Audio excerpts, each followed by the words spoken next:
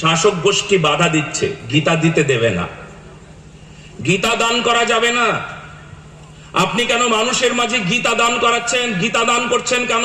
আজকে কিছুক্ষণ আগে আমি সংবাদটা দেখবেন আর বাংলা, এইমাত্র আমি বাইট দিলাম, গীতা দান করা অপরাধ, গীতা শোনানো অপরাধ। ব্রিগেডের মাঠে 5 লক্ষ কণ্ঠে গীতা পাঠ হয়েছে, অপরাধী আমরা সবাই অপরাধী। গীতা পাঠ কেন করলাম আমরা ব্রিগেডের মাঠে? কেন সেখানে কি গীতা পাঠ করবার জায়গা? ও তো ঘরে বসে গীতা পাঠ করতে হয়। অথচ বিশ্ব ইজতেমায় 1 কোটি মানুষ হয়েছে, কিন্তু মাননীয়া কখনো মুখ খুলে বলল না যে ওখানে 1 কোটি মানুষ হয়েছে, তোমরা কেন এরকম ধর্ম করছো? ঘরে বসে থাকতে পারো না? মসজিদে গিয়ে ধর্ম করো। কেন মাঠে 1 কোটি লোক একসাথে হলো? কেন বলে না? গীতায় সমস্যা, হিন্দু ধর্মে সমস্যা। বাংলার মানুষ বুঝে গেছে, পশ্চিমবঙ্গের মানুষ অবুঝ না। কিন্তু যারা এখনো বোঝে নাই, তাদের কানটা যদি খুলে আমার এই কথাগুলো শোনে, তাহলে বুঝবে। তারা জানবে তাদের কি করা উচিত, কি উচিত নয়। হিন্দু এমন এক জাতি, চিরকাল মার খেয়েছে, কিন্তু মার দেবার জন্য শক্তি পায় নাই। আজকে যদি গীতা পাঠ করে, আমার কথা শোনে, তাহলে সে শক্তি হয়ে যাবে আর অধর্মকে ধরে মারবে। হ্যাঁ, আজকের থেকে অধর্মকে ধরে মারার ক্ষমতা রাখবে। নতুবা শুনে নাও, খাদের শেষ প্রান্তে ফেলে রেখেছে, এখন মাননীয়া কেবলমাত্র লাথি দেওয়া বাকি।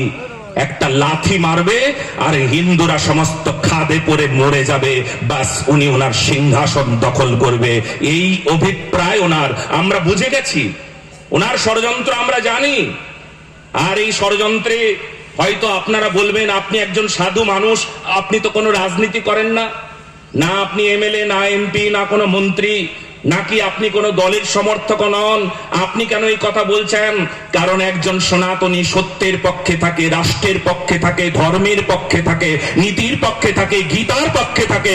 আদর্শ মানব তৈরির কারিগর একজন সাধু সন্ত মহান্ত মহাপুরুষ আদর্শ মানুষ তৈরি করে। আর আদর্শ মানব তৈরি করবার ক্ষেত্রে যারা বাধা দেয়, ওই যে কিছুক্ষণ আগে শুনলেন না, গীতা দান করছে আর আমাদের তোলামুলিরা বাধা দিচ্ছে। যারা বাধা দেয় তাদেরকে আমরা ছেড়ে কথা কইবার মানুষ নই। আমরা সনাতনী, আমরা সত্য বলি, সত্যের পক্ষে থাকি। যারা মিথ্যার পক্ষে থাকে তাদেরকে আমরা বুঝিয়ে দিই যে তোমরা আমাদের চিরকালের শত্রু। শত্রুর জন্য আমরা ভারতবর্ষ প্রায় শেষ। খণ্ড হয়ে যাবার পেছনে একমাত্র কারণ, আমরা সবাইকে মিত্র ভেবে এসেছি। চোরকে আমরা চোর যদি ভেবে নিতাম, তাহলে আমাদের দেশটা অমন করে চুরি হয়ে যেত না। আজ রাজ্যটাও চুরি হয়ে যাওয়ার উপক্রম হয়েছে। এই চোরদের পাল্লায় পড়ে শেষ হয়ে যাবে। আমরা কি দেখি নাই, বুঝি নাই? শিক্ষিত মানুষগুলো শিক্ষিত চোরগুলোকে দেখে আমরা কি বুঝি না? চোরের দলের মানুষগুলোকে আমরা কি ভালো করে চিনি না? যারা চোরের দলের মানুষ, তাদেরকে যদি আমরা সমর্থন করি, তাহলে কি আমরা চোর হয়ে যাব না? যাব চোর হয়ে? তাহলে যদি চোর হয়ে যাই, তাহলে আমরা হিন্দু কি এমন নিকৃষ্ট জাতি না। হিন্দু মানে হীনং দূষয়তি, হিন্দু মানে হীন কর্মকে যে দোষ দেয়, পাপ কর্ম থেকে যে মুক্ত হয়, তার নাম হিন্দু। সনাতন মানে শাশ্বত, পূর্বে ছিল, এখন আছে, পরে থাকবে। যা সূর্যের মতন, যা কখনো কোনো সময় শেষ হবার কথা নয়, তার নাম সনাতন। আর এই সনাতন জাতিকে কখনো কেউ কোনো সময় ভয় দেখিয়ে তাকে রোধ করা যায় না, তার মুখ বন্ধ করে দিয়ে রোধ করা যায় না। সত্য প্রকাশ ঘটে, লোভ দেখিয়ে কিছুতেই ধর্ম অর্থে ভুল ধর্ম দেখিয়ে দিয়ে কিছুতেই আমাদের সত্য ধর্মকে ঢাকা দেওয়া যায় না। আমাদের হিন্দু ধর্মকে যে গান্দা ধর্ম বলে, আমাদের হিন্দু ধর্মকে যে নকল ধর্ম বলে, আমাদের হিন্দু ধর্মের গীতা দান করবার সময় যদি কেউ বাধা দেয়, তাহলে সে কেমন মানুষ আমরা সহজেই বুঝে যাই। যারা বোঝে নাই তাদেরকে বলছি, বাংলাদেশ বেশি দূর না। বাংলাদেশের মানুষগুলো কি অবস্থায় আছি একবার ভেবে দেখুন তো। বাংলাদেশ হয়ে যাচ্ছে কিনা এতে কি আপনার কোনো সন্দেহ আছে? কেউ সন্দেহ করেন যে পশ্চিমবঙ্গ বাংলাদেশ হবে না যদি আমরা একজোট না হই, যদি বুঝে না যাই, যদি এইবার রুখে না দাঁড়াতে পারি? আমরা যে একটা সামনে ভয়ঙ্কর বাংলাদেশ, বাংলাদেশের পরিস্থিতির চাইতেও ভয়ঙ্কর পরিস্থিতি হবে। আমি আপনাদের বলে দিচ্ছি, গীতা দান করতে দেবে না, সরস্বতী পুজো করতে দেবে না। সরস্বতী মানে বিদ্যা, আমরা বিদ্যাকে একটা রূপ দিই, আমরা সনাতনী, আমরা সদা সর্বদা শিল্পী ভাব, শিল্প নৈপুণ্যতা হৃদয়ে থাকে। আমরা সরস্বতীকে সুন্দর একটা রূপ দিয়েছি।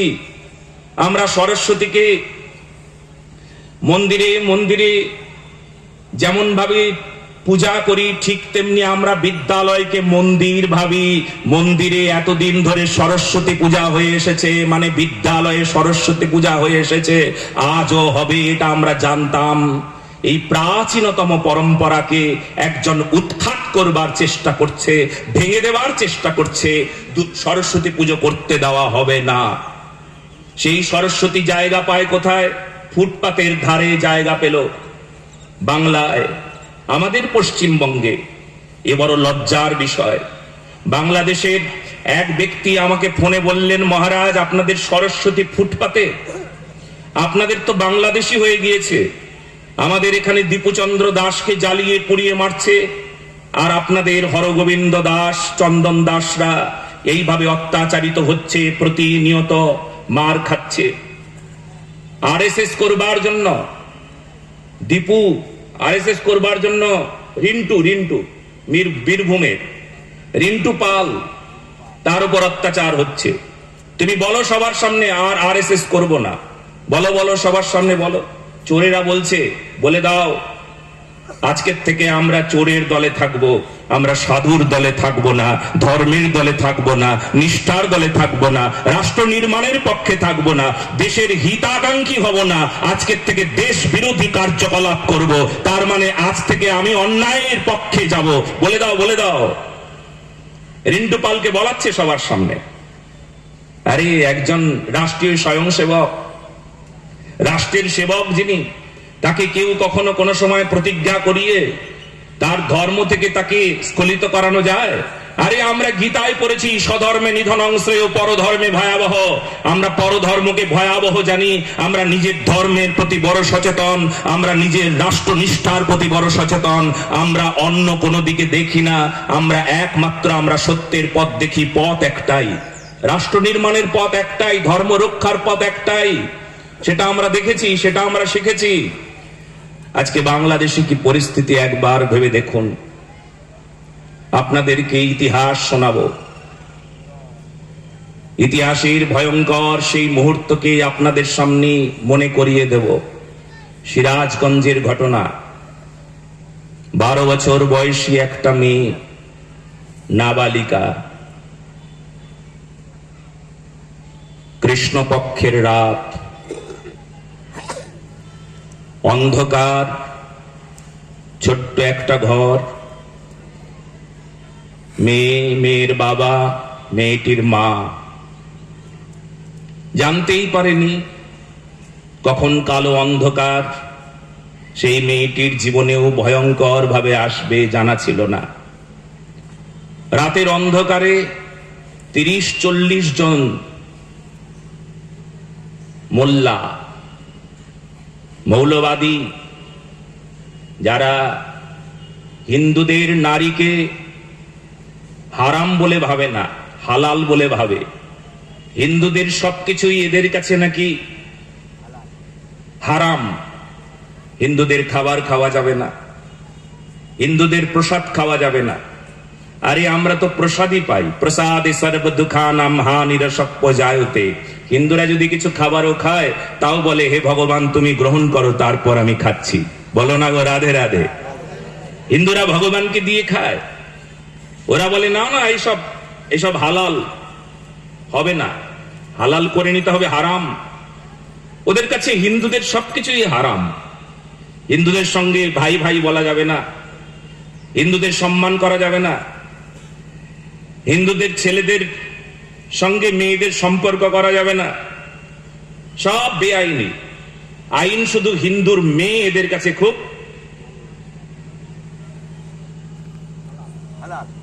আচ্ছা। এইবার আপনারা